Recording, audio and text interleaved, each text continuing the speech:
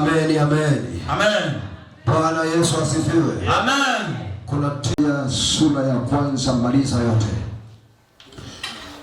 Kuanzia moja pale, maliza yote. Soma nyumbani kwenu, wengine mnaandika hata nyumbani msomi. Bwana Yesu asifiwe. Amen. Bado taito yangu ni ile ile tu, kwamba kutoka kwenye giza na mateso. Kutoka kwenye usingizi nikanahubiri habari moja kuhusu Yesu anaenda kumwangalia Lazaro. Lazaro aliyekufa. Bwana Yesu asifiwe. Amen. Bwana Yesu asifiwe. Amen. Amen, amen. Amen. Biblia inasema Yesu aliondoka, alikimbia Yerusalemu kwao, akaenda kujificha sehemu, kwa sababu alikuwa anataka kumuua. Lakini Biblia inasema baada ya kufika anapewa taarifa kwamba Lazaro ambaye ni rafiki yako na ni mtu ambaye unampenda sana hawezi. Akasema na mimi nimeshaona kwamba Lazaro mpaka dakika hii hawezi. Lakini maandiko yanasema Yesu akagundua kwamba Lazaro ameshakufa, akanyamaza kimya. Bwana Yesu asifiwe. Amen. Aliponyamaza kimya siku ya kwanza, ya pili, ya tatu, ya nne, akaamua kuondoka ili afike huko amwone Lazaro aliyekufa. Bwana Yesu asifiwe. Amen. Kichwa changu cha somo nasema hivi: huruma ya Yesu. Kuna huruma ya mwanadamu na kuna huruma ya Yesu. Amen. Huruma ya Yesu na plani B. Huruma ya mwanadamu inaishia namba moja tu. Bwana Yesu asifiwe. Amen. Maandiko nasema Wayahudi waliokusanyika pale wakaanza kulia machozi. Walipomwona Mariamu na Martha analia, nao wakaanza kulia.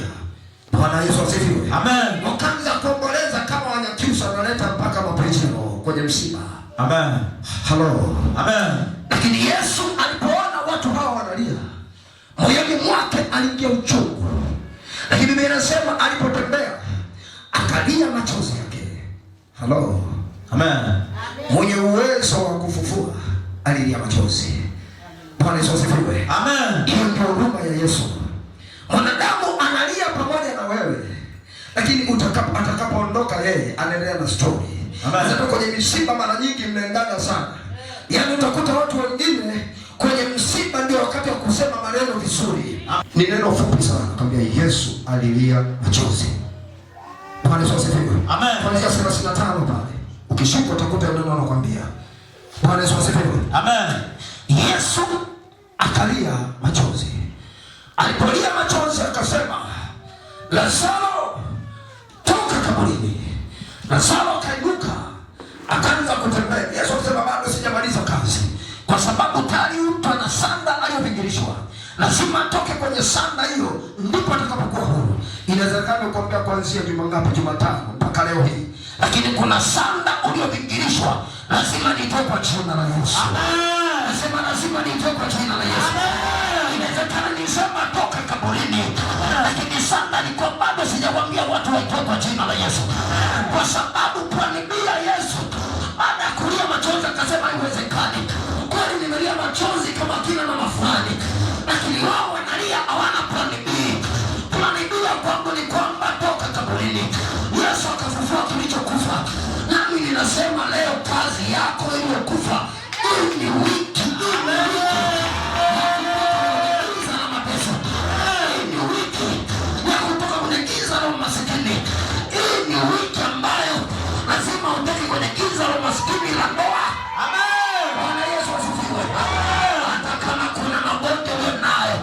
Nasema yupo Yesu Kristo aliyeshinda kaburi. Akasema Lazaro lala kwanza siku ya kwanza. Hawatanielewa kwa sababu anasema huyu kijana inawezekana alilala tu, alikuwa amezuia. Akahesabu sio kwa siku ya kwanza, akahesabu ya pili, akahesabu ya tatu, ya nne. Wanasema nanuka.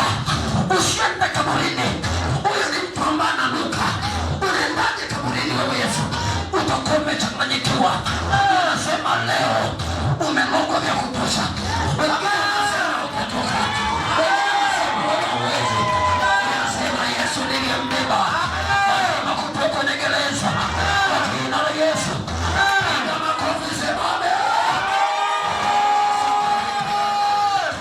Rekesa karika na Masaya. Unajua Yesu ananifurahisha my friend. Kuna wakati anasema mimi mwenyewe naweza nikafa siku 3. unaniangalia hii ngoma. Mungu amenituma kwamba nitakufa. Je, nitakufa na mimi?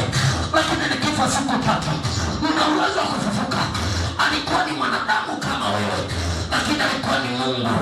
Kama alikuwa ni Mungu ambaye ameacha kitu cha kisayansi. Alipokuja duniani alikuwa ni mwanadamu kama wewe. Akasema Mungu, haiwezekani. Naweza nikafa hapa nikosea huko. Kama alikufa kwa hivyo kufa kina Petro, kama alikufa kina Yohana, je, mimi itakuwaje? Akasema ngoma iacha tuende kwanza. Amen. Bwana Yesu asifiwe. Amen. Akacha siku ya kwanza. Siku ya pili, ya 3 na 4 alipoona Lazaro amefufuka, akasema ngoma kwangu ni nyepesi. Hujanielewa my friend. Nasema kuna watu ambao tunazungumza hapa leo, nenda kufunguliwa kwa jina la Yesu.